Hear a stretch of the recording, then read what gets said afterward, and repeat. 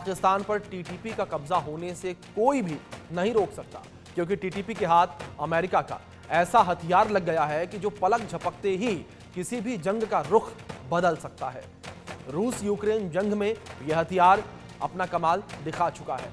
इसी के दम पर यूक्रेन ने रूस के टैंक और हेलीकॉप्टर्स को तबाह किया था और ये हथियार अब टीटीपी के हाथ लग चुका है।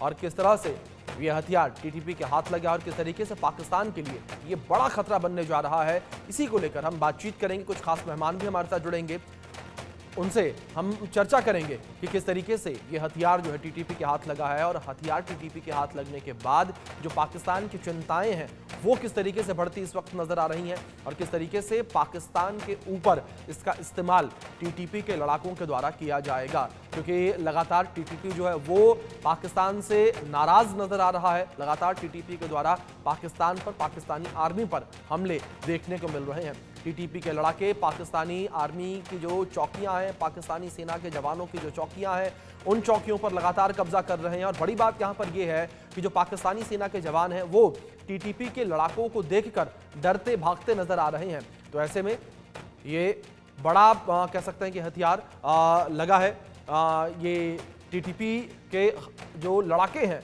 उनके हाथ। इसी विषय पर हम बातचीत करेंगे। कुछ खास मेहमान हमारे साथ जुड़ गए हैं, उनका परिचय सबसे पहले आपसे हम करवा देते हैं। और इस बीच हमसे बातचीत करने के लिए मेजर जनरल रिटायर्ड राजन कोचर जी जुड़े हैं डिफेंस एक्सपर्ट के तौर पर। राजन साहब, बहुत स्वागत है आपका इस चर्चा में। और सबसे पहले राजन जी, सवाल आपसे यही है कि जिस तरीके से हम जो स्थितियां इस वक्त पाकिस्तान को लेकर देख रहे हैं, जहां पाकिस्तानी सेना और टीटीपी के लड़ाके लगातार आमने सामने नजर आ रहे हैं, और ऐसे में टीटीपी सेना के पास, टीटीपी लड़ाकों के पास आधुनिक हथियार आ जाना, वो भी ऐसा आधुनिक हथियार जो पलक झपकते ही किसी भी युद्ध को पलट कर रख देता है, कितना बड़ा चिंता का विषय पाकिस्तानी सेना के लिए? देखिए, ये बहुत इंपॉर्टेंट आपने जो ये जिक्र किया है जेवलिन मिसाइल का।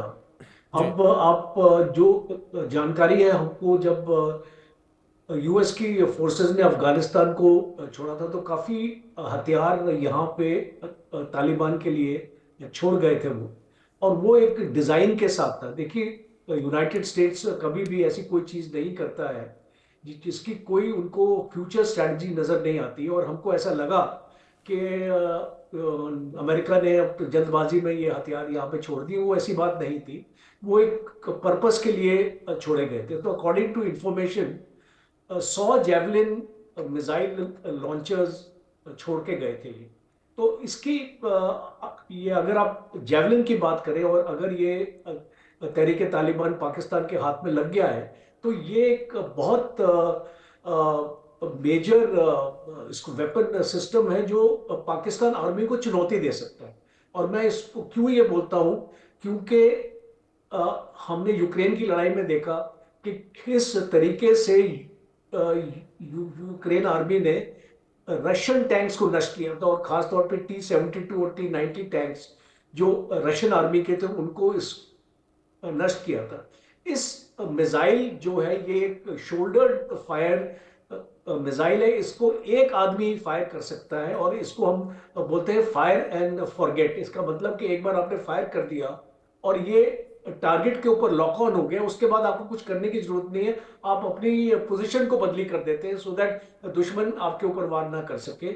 और सिंगल शॉट इसकी मिसाइल होती है। इसमें ये भी कैपेबिलिटी है कि 3 मिसाइल आप एक टाइम पर फायर कर सकते हैं। और खास चीज ये है कि 30 सेकंड के अंदर ये फायर हो जाता है। जब एक बार लॉक ऑन हो गया और आपने इसको फायर किया तो टोटल आपका जो प्रोसेस है वो खाली 30 सेकंड का है, और 20 सेकंड में आप इसको रीलोड कर सकते हैं। और इसकी खासियत ये है कि ये एक टॉप डाउन अटैक भी करता है और एक डायरेक्ट अटैक जी करता है। आप जानते हैं जो टैंक का जी सबसे कमजोर एरिया होता है जी वो उसका टॉप होता है। जी तो टॉप वाले जो एरिया को अगर ये हम उसको फायर करें जी तो ये सीधा टैंक के ऊपर अटैक करता है। अब जी इसकी इम्प्लीकेशंस लेते हैं पाकिस्तान आर्मी के लिए, कैसे ये घातक हो सकता है। देखिए, जब एक ऐसा जी ग्रुप, बिकॉज अमूमन तो फौजों के पास ये वेपन जी होता है, और अब हम इसको बोल रहे हैं कि ये टीटीपी के पास आया है। तो जी, जितने भी पाकिस्तान के कमांड पोस्ट हैं, मिलिट्री जी, पोस्ट हैं, इनके जी, जी। बॉर्डर एरियाज हैं, अगर वो बिल्कुल, टीटीपी उनको टारगेट करना चाहता है तो इस जेवलिन बिल्कुल राजन जी, मिसाइल जिस से वो तरीके से टारगेट आपने